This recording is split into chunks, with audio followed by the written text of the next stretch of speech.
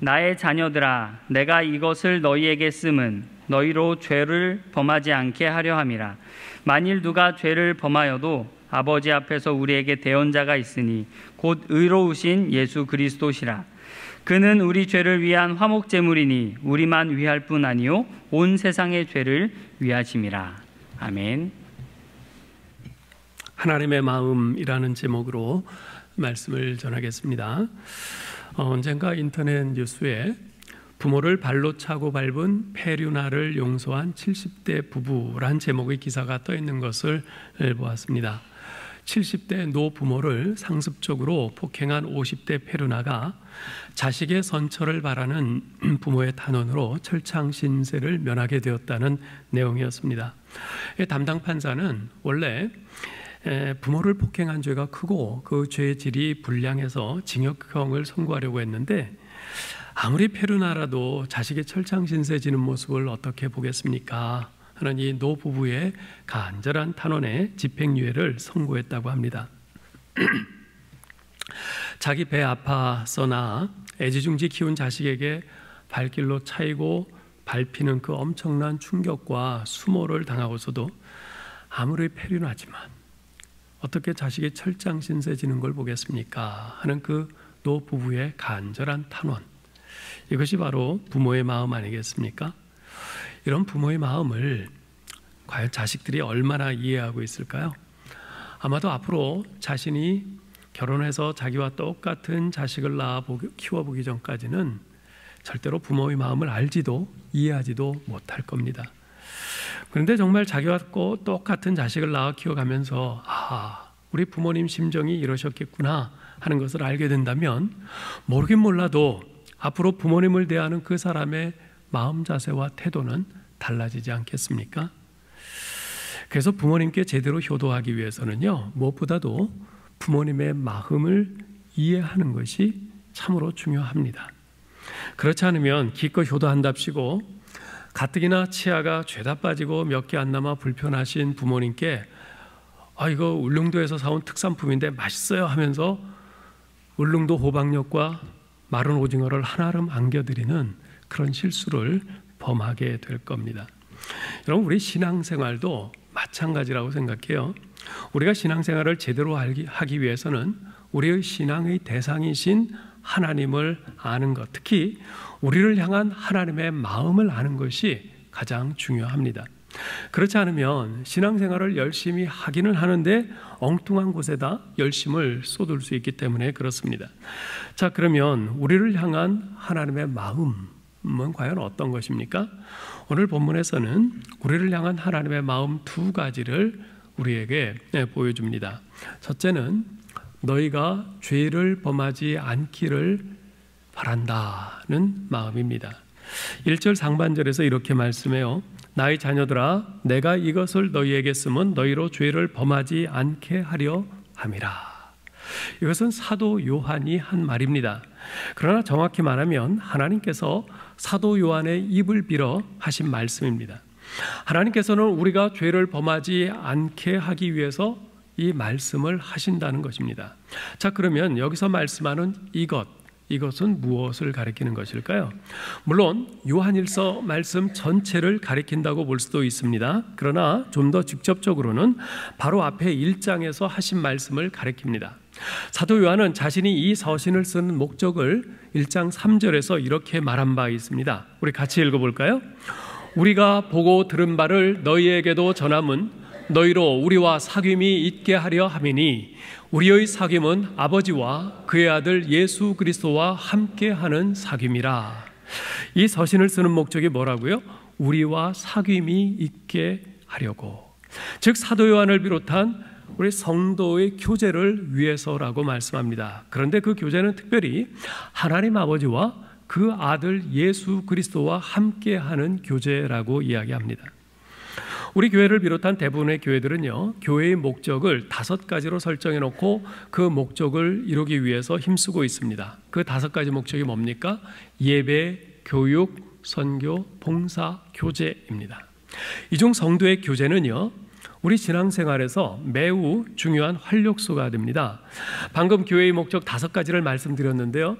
사실 성도의 교제는 다른 4가지, 즉 예배, 교육, 선교, 봉사라는 이 4가지 목적에 온전히 효과적으로 도달할 수 있게 해주는 디딤돌 역할을 합니다.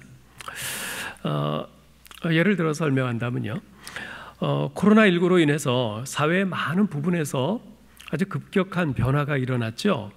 그 중에 하나가 비대면, 비접촉 활동입니다. 직장만 보더라도 회사로 출근하지 않고 재택근무하면서 온라인으로 업무를 처리하도록 하는 그런 회사들이 급격히 늘었어요. 학교는 어떻습니까? 초등학교부터 대학교까지 모든 학교가 집에서 온라인 수업을 듣도록 하는 전무후무한 일을 우리가 경험하고 있지 않습니까?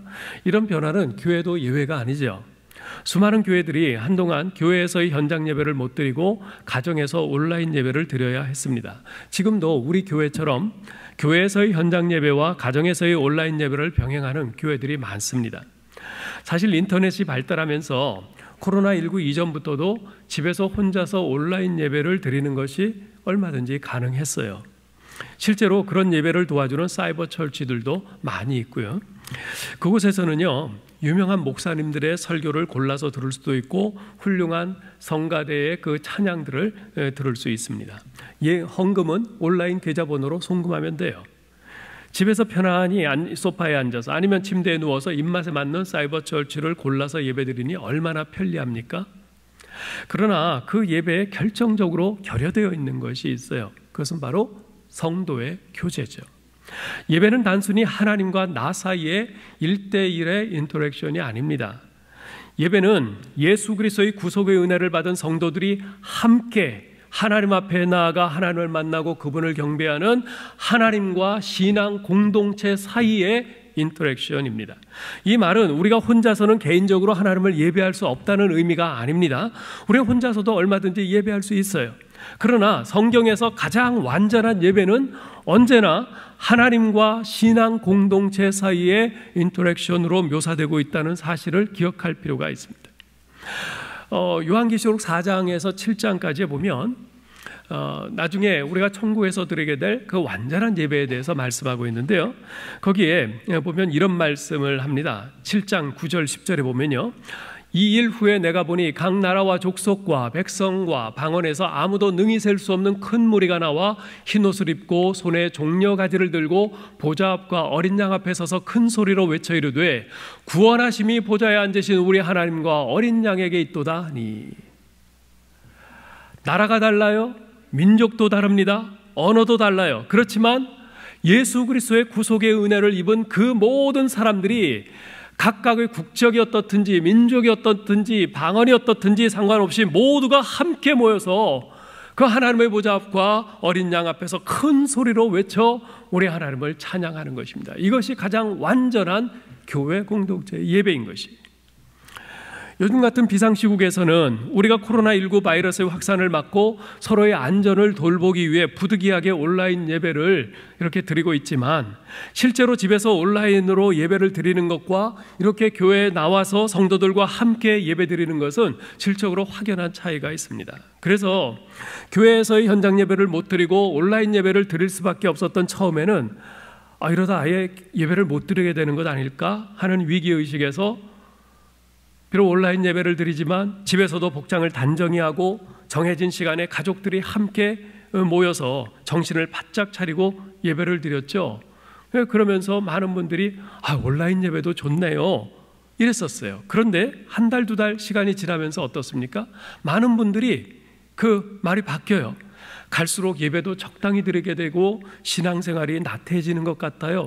이런 말씀들을 하세요. 비록 집에서 소파에 앉아 드리는 예배가 더 편하고 또한 자기 입맛에 맞는 사이버 처치를 골라서 설교와 찬양을 듣는 것이 더 좋을 수는 있겠으나 그것은 관중의 입장에서 그럴 뿐입니다. 예배자로서의 입장이나 우리의 예배를 받으시는 하나님의 입장에서 본다면 신앙 공동체와 함께하지 않는 예배, 성도의 교제가 결여된 예배는 결코 예배의 목적을 온전히 성취하고 있다고 말할 수는 없습니다. 교육도 마찬가지고요. 선교와 봉사도 마찬가지입니다. 얼마든지 혼자서도 할 수 있죠. 하지만 성도의 교제가 기반이 되어서 행해지는 교육, 선교, 봉사와는 그 과정이나 결과에 있어서 결코 비교할 수가 없습니다. 이처럼 하나님께서는 우리의 신앙생활이 보다 풍성해질 수 있도록 우리를 공동체로 부르신 것이고 우리에게 성도의 교제를 허락하신 것입니다. 우리가 이 세상을 살아가면서 겪는 이런저런 상처와 그 아픔을 함께 나누고 공감대를 형성할 수 있는 것도 바로 성도의 교제를 통해서죠. 또한 이 세상에서 지치고 상한 우리의 영혼이 위로받고 격려받을 수 있는 것도 바로 성도의 교제를 통해서 아닙니까? 그리고 무엇보다도 하나님의 자비와 사랑과 은혜를 경험할 수 있는 것도 바로 성도의 교제를 통해서입니다. 그래서 장바니에가 말한 것처럼 믿음의 공동체는 단순히 함께 살고 서로를 사랑하는 사람들의 모임이 아니라 그것은 부활이 일어나는 현장인 것입니다. 믿음의 공동체는 부활이 일어나는 현장이에요. 성도의 교제는 죄악으로 가득 찬 이 세상에서 지치고 상하고 날마다 죽음을 경험하는 우리의 영혼이 다시 살아나고 새로운 삶의 용기와 소망을 갖게 해주는 없어서는 안 될 중요한 도구라는 것이죠. 그런데 이렇듯 중요한 성도의 교제가 진정 우리를 살리는 생명력 있는 교제가 되기 위해서는 반드시 필요한 것이 있습니다. 그것은 우리들끼리만의 교제가 아닌 하나님 아버지와 그 아들 예수 그리스도와 함께하는 교제가 되어야 한다는 것입니다. 교회에 함께 모여서 밥 먹고 대화를 나누고 활동을 같이 한다고 해서 다 성도의 교제가 아닙니다. 하나님 아버지와 예수 그리스도 그분들과 함께하는 교제가 아니라면 아무리 우리가 교회 안에서 많은 시간을 함께 보내고 함께 이런저런 활동을 한다 해도 그것은 진정한 성도의 교제라 할 수가 없습니다. 자, 그러면 우리 하나님 아버지와 예수 그리스도 그분들과 함께하는 진정한 성도의 교제는 어떻게 할 수 있을까요? 1장 5절로 7절에서 이렇게 말씀합니다. 우리 같이 읽어볼까요? 하나님은 빛이시라. 그에게는 어둠이 조금도 없으시니라. 만일 우리가 하나님과 사귐이 있다 하고 어둠에 행하면 거짓말을 하고 진리를 행하지 아니함이거니와 그가 빛 가운데 계신 것 같이 우리도 빛 가운데 행하면 우리가 서로 사귐이 있고 그 아들 예수의 피가 우리를 모든 죄에서 깨끗하게 하실 것이요. 하나님은 뭐라고요? 빛이시라고 했어요. 하나님은 빛이시니 그분과 사귐이 있으려면 우리가 빛 가운데로 행해야 한다고 말씀합니다. 자, 그럼 빛 가운데 행한다는 말의 의미가 뭡니까? 죄를 멀리 한다는 뜻입니다. 죄는 어두움이거든요. 그 죄악된 삶에서 돌아선다는 뜻입니다. 하나님께서는 우리가 죄를 멀리하고 죄악된 삶에서 돌아섬으로써 하나님과 우리 사이에 진정한 사귐이 있기를 간절히 바라십니다. 이것이 바로 우리를 향한 하나님의 마음이세요. 우리가 죄에서 멀리하기를, 죄악된 삶에서 돌아서기를 바라는 것, 이게 하나님의 마음이세요. 이전에 제가 미국에서 목회할 때 참 재밌는 경험을 한 적이 있어요. 어느 주일에 한 형제가 저희 교회에 새 가족으로 등록을 했는데 예배 후에 새 가족 면담을 하면서 어떻게 이곳에 오시게 됐어요? 물었더니 꿈 이야기를 하는 거예요. 그 형제가 필라델피아에서 공부를 마치고 제가 있는 피츠버그로 짭을 잡아 오기 전에 꿈을 꾸었는데 꿈속에서 오바마 대통령이 짜장면을 먹고 있더라는 거예요. 그런데 짜장면을 다 먹은 오바마 대통령이 나가면서 다른 테이블에서 짜장면을 먹고 있던 그 형제의 짜장면 값을 대신 내주고 나가더라는 거예요. 근데 그 꿈을 꾸고 난 다음에 피츠버그에 있는 대학에 잡이 되어서 오게 되었다는 거예요. 그래서 제가 그랬죠. 우리 한국에서는 좋은 일이 일어나려면 돼지 꿈을 꾼다고 하는데 여기 미국이라서 그런지 오바마 대통령 꿈을 꾸네요. 그랬어요. 예. 여러분 보셔요. 우리가 사회적으로 높은 위치에 있는 사람이나 유명한 사람과 그런 친분 관계가 있으면 그것을 대단히 아주 높게 생각하죠. 대단한 것으로 생각을 해요. 심지어는 쿠바에서라도 대통령이 나타났다고 하면 범상치 않게 여깁니다. 어떻게든 그런 사람과 사귐을 갖고 싶어하고 친분을 만들려고 합니다. 그래서 그런 사람들과 만나서 교제할 수 있다고 하면은 없는 돈에 비싼 양복도 사서 입는 것도 마다하지 않을 겁니다. 대통령이 나를 초청했다고 할 때 그럼 어떻게 해요? 그때 이제 지침이 내려오겠죠. 대통령과 만날 때 드레스 코드는 이렇게 저렇게 해야 하고 몸가짐은 어떻게 해야 하고 대화할 때는 예를 지켜서 이런저런 태도로 해야 합니다. 뭐 비서들이 말하겠죠. 그러면 기꺼이 그렇게 하려고 할 겁니다. 그런데 우리는 과연 그러한 사람들과는 비교도 할 수 없으신 우리 여호와 하나님, 온 우주의 창조자이시며 주인이신 엘로힘의 하나님, 모든 것을 있다가도 없게 하시고 없다가도 있게 하시는 엘샤다이 전능하신 하나님, 우리의 머리카락 하나까지도 다 세심받으시며 졸지도 않고 주무시도 않으시면서 우리를 세밀히 살피고 돌보시는 자비로우신 우리 여호와 하나님, 그분과의 사귐을 위해서 우리는 과연 무엇을 준비하고 있는가? 하나님께서는 우리의 사귐을 위해서 딱 하나 요구하세요. 나 여호와 하나님은 빛이니 너희도 빛 가운데 행하라. 죄를 멀리하거라. 죄와 싸우거라. 이거 하나 딱 요구하세요. 이것이 우리와의 사귐을 간절히 원하시는 하나님의 마음입니다. 하나님께서 우리에게 원하시는 두 번째, 우리를 향하신 두 번째 마음이 있어요. 그것은 내 뒤로 숨거라 하시는 것이. 내 뒤에 숨거라. 제가 부모의 입장이 되어 보니까 자식을 볼 때 늘 마음이 조마조마해요. 다 커서 결혼하고 가정을 이루었음에도 불구하고 여전히 그렇습니다. 이 아이가 혹시 잘못 행하는 것은 없을까? 혹시 잘못되지 않을까? 혹시 실수하지 않을까? 혹시 실패와 좌절에 직면할 때 극복하지 못하고 주저앉으면 어떨까? 상처 아픔을 어떻게 견디고 다시 일어날까? 혼자서 이런 생각 저런 상상 다 해보곤 합니다. 만일 아이가 이런 어려움에 직면한다면 내가 이렇게 격려해 줘야지. 만일 아이가 무사람들로부터 비난을 당하게 된다면 내 몸으로 그 비난의 화살을 막아줘야지. 아마 이 자리에 계신 부모 되신 모든 분들의 마음도 동일할 겁니다. 우리 하나님께서도 똑같은 마음을 가지고 계세요. 하나님께서는 자녀된 우리들이 죄를 범하지 않고 빛 가운데 행하기를 간절히 소원하세요. 그래서 하나님 아버지와 우리 사이에 깊은 사귐이 있기를 원하시죠. 그런데 하나님께서는 이 세상의 악함을 잘 알고 계십니다. 또한 우리의 연약함도 너무나 잘 알고 계세요. 그래서 우리가 죄를 범하지 않고 빛 가운데로 행하겠노라 결심하지만 이 악한 세상 가운데서 넘어지고 쓰러질 수밖에 없다는 사실도 잘 알고 계십니다. 자, 그렇다면 우리가 그렇게 죄 가운데 넘어진다면 하나님께서는 어떻게 하시겠다고 말씀하십니까? 1절 하반절 보세요. 만일 누가 죄를 범하여도 하나님 앞에서 우리에게 대언자가 있으니 곧 의로우신 예수 그리스도시라. 하나님께서 우리 앞에 변호사를 내세워 주시겠다고 하세요. 변호사를 내세워 주시겠다고 하세요. 그 변호사가 누구십니까? 예수 그리스도세요. 얼마나 든든한지요. 사실 요즘 보면요, 변호사만 잘 쓰면 유죄가 무죄가 되는 그런 경우들이 많습니다. 오죽하면 유전무죄, 무전유죄라는 말이 나왔겠어요. 오래전 미국 전역을 떠들게 했던 그 오제이 심슨 사건이란 그 살인 사건이 있었습니다. 유명한 흑인 풋볼 선수였던 오제이 심슨이 자기의 백인 아내인 니콜 심슨을 살해하고 도망하다가 고속도로에서 막 추격전을 펼친 끝에 경찰이 잡은 그 사건이에요. 그 모든 정황들을 볼 때 그냥 직접 죽이는 것만 못 봤다 뿐이지 다른 모든 정황을 볼 때 이 오제이 심슨이 그 아내를 죽인 것이 명확했어요. 그런데 이 사람이 돈이 많거든요. 풋볼 선수에서 돈이 굉장히 많아요. 그런 형사소송에 관한 최고라고 일컬어지는 변호인단을 선임했습니다. 그리고 그 변호인단은 이 문제를, 이 사건을 흑백 인종 문제로 몰고 갔어요.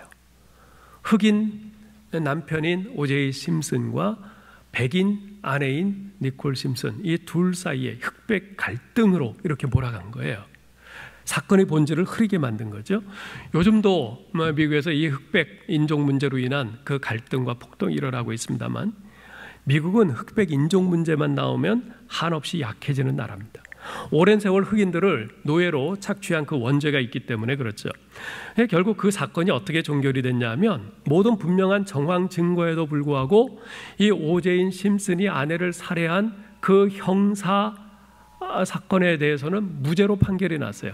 단지 민사적으로만 유죄라는 아주 기괴한 판결이 나왔습니다. 그때 많은 사람들이 그런 얘기를 했어요. 역시 변호사를 잘 써야 돼. 변호사를 잘 써야 돼.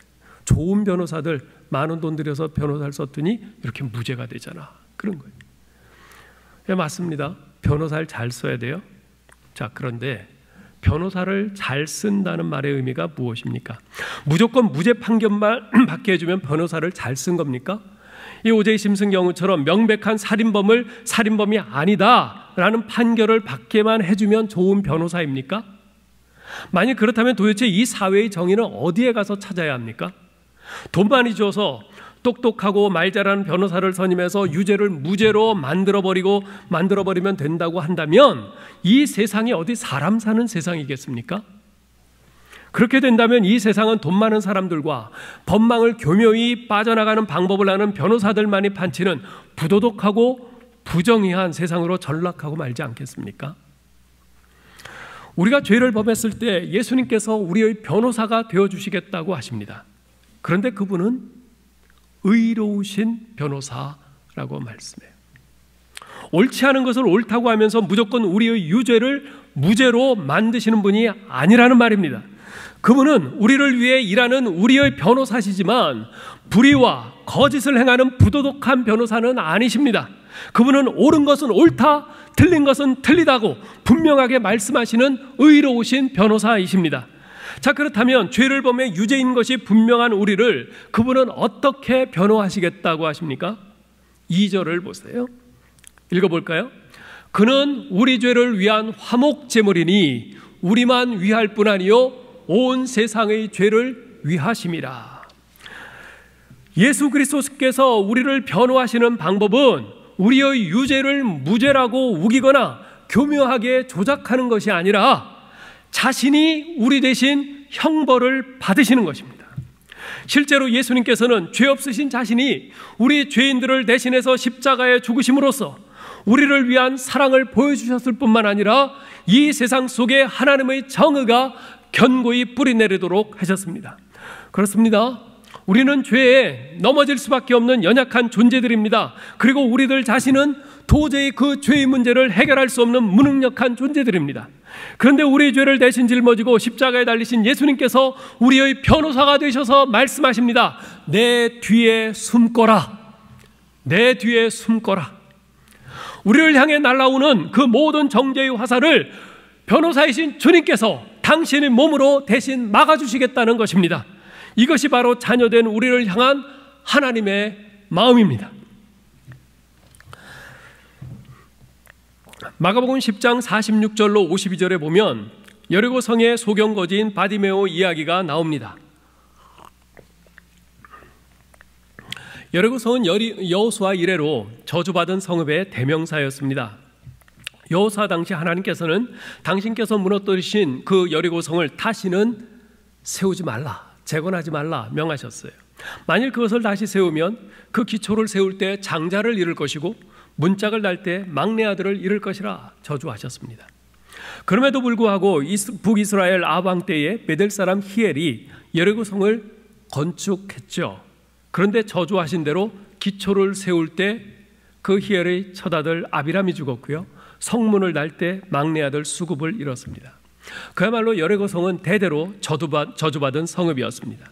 따라서 그 여리고 성읍에 사는 사람들은 어쩌면 예루살렘 등 여타의 성읍에 사는 사람들에게 열등감을 느끼고 있었을지 모릅니다. 우리는 이 저주받은 성에 사는 사람들이야. 자, 그런데 그 저주받은 성읍 여리고에서 예수님께서 두 사람을 만나신 것이 복음서에 나옵니다. 한 사람은 소경에다 거지인 바디메오요, 다른 한 사람은 모든 유대인들에게 손가락질 받는 세리장 삭개오였어요. 그들은 사는 곳도 신분 배경도 무엇 하나 내세울 것 없는 그야말로 루저 중에 루저들이었습니다. 다른 모든 사람들에게 외면당하고 무시당하는 이 세상의 루저들이었어요. 이 세상의 관점에서 보면 실패자요 낙오자들이었습니다. 그러나 이 세상의 루저인 그들에게 예수님께서 찾아오셔서 만나 주셨습니다. 주님께서는 바디메오의 연약함을 자신이 대신 감당하셨고 삭개오의 죄악을 자신이 대신 짊어지셨습니다. 그들을 향한 무사람들의 비웃음과 손가락질과 비난과 정죄를 주님께서 자신의 몸으로 막아주셨습니다. 그렇게 그들은 주님 뒤에 숨기만 하면 됐습니다. 그런데 그로 인해 그들의 운명은 완전히 바뀌었죠.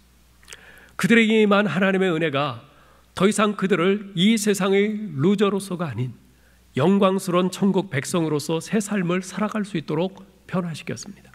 그래서 바디메오는 다시 보게 되었을 때 예수님께서 가거라 말씀하셨음에도 불구하고 그때부터 예수님을 따르기 시작했어요. 또한 삭개오는 그때까지 자신의 주인이요 자존심이자 생명과도 같았던 그 재물의 절반을 가난한 사람들에게 나눠주고 자신이 이제까지 부당하게 거두었던 세금을 4배나 갚아 돌려주겠다고 선언했습니다. 사랑하는 성도 여러분, 여러분을 향해 가지고 계신 하나님의 마음이 어떤 것인지 이제 아시겠습니까? 하나님께서는 어떻게 해서든지 우리가 죄 가운데 있지 않고 죄를 멀리하고 빛 가운데 행함으로써 하나님과 그리고 또한 성도들과 깊은 교제 가운데 복된 삶을 살아가게 되기를 소원하십니다. 그리고 우리가 죄 가운데 무너지고 쓰러질 때마다 의로운 대언자이신 주님께서 우리의 변호사가 되어서 우리를 향해 날아오는 그 모든 비난과 정죄의 화살들을 막아주시겠다고 약속하십니다. 이번 코로나19로 인해서 지난 4월 첫 주일에 예정되어 있던 성찬식을 거행하지 못했습니다.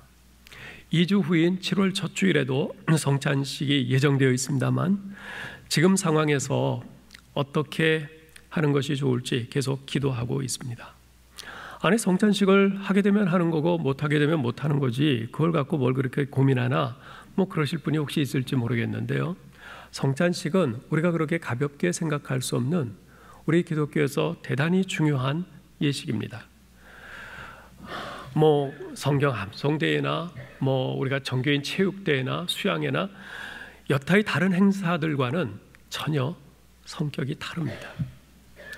지난 목요일 큐티 본문인 고린도전서 12장 23절로 29절은 이 성만찬의 의미에 대해서 우리에게 분명히 가르쳐주고 있는데요. 이 성만찬은 오늘 우리가 살펴본 하나님의 마음을 분명하게 보여주는 아주 중요한 상징적인 예식입니다. 성만찬에서 우리가 떡을 나누죠. 그 떡이 무엇을 상징합니까? 우리 죄를 대신 막아주시느라 십자가에 달려 찢기신 우리 주님의 몸을 상징합니다. 또한 포도주는 우리의 죄값을 대신 치르기 위해서 십자가 위에서 마지막 생명을 다하는 그 순간까지 흘려주신 우리 주님의 보혈을 상징합니다. 그래서 그 떡과 포도주는 곧 우리를 사랑하시고 위하시는 하나님의 마음을 표현하는 겁니다. 우리는 그 떡과 포도주를 마시면서 우리 주님과의 깊은 영적인 교제에 들어갑니다. 여러분, 생사를 넘나드는 그 전장에서 함께한 전우와의 관계만큼 깊은 교제는 없죠. 마찬가지입니다. 우리가 주님의 몸과 피를 상징하는 떡과 포도주를 먹고 마신다고 하는 것은 그분과 생명을 공유한다는 의미입니다. 주님께서 날 위해 대신 죽으신 것처럼 이제부터 나도 주님을 위해 살겠다는 결단인 것입니다. 그래서 주님께서 그토록 싫어하시는 죄를 나도 싫어하고, 그래서 나의 남은 인생을 죄와의 전쟁을 선포하며 피 흘리기까지 싸우며 살겠다는 결단인 것입니다. 이제 말씀을 맺겠습니다. 얼마 전에 제가 건너 아는 분이 목욕탕에 갔다가 심장마비로 돌아가셨다는 소식을 들었어요. 그분은 돈이 꽤 많은 분이었어요. 강남의 최고급 아파트인 타워팰리스에 살고 있었고, 그리고 빌딩도 강남의 요지에 빌딩도 하나 있어서 5명의 자녀들에게 한 층씩을, 그 빌딩 한 층씩을 전부 유산으로 나누어 주었어요. 그런데 그분 시신을 화장을 했는데, 화장을 하고 나니까 임플란트한 치아들이 고스란히 남았다는 거예요. 5개 치아가. 그분은 매우 건강해서 본인이 100세까지 너끈히 살 것으로 생각하고 무려 5천만 원을 들여서 돌아가시기 얼마 전에 최고로 좋은 타이타늄으로 임플란트를 했는데, 시신을 화장하고 나니까 그 임플란트한 타이타늄 치아 5개만 고스란히 남은 거죠. 그 이야기를 들으면서 우리 인생이 그렇구나 하는 생각이 들었어요. 아마도 그 타이타늄 그 임플란트를 할 때 주위에 여러 사람들 또 치과 의사들의 그 이야기를 들었겠죠. 이 타이타늄으로 임플란트하면 100세까지 끄떡없습니다. 그 이야기를 들었겠죠. 그래서 저거다 생각하고 많은 돈을 들여서 그렇게 했겠죠. 그런데 우리 인생은 어떻습니까?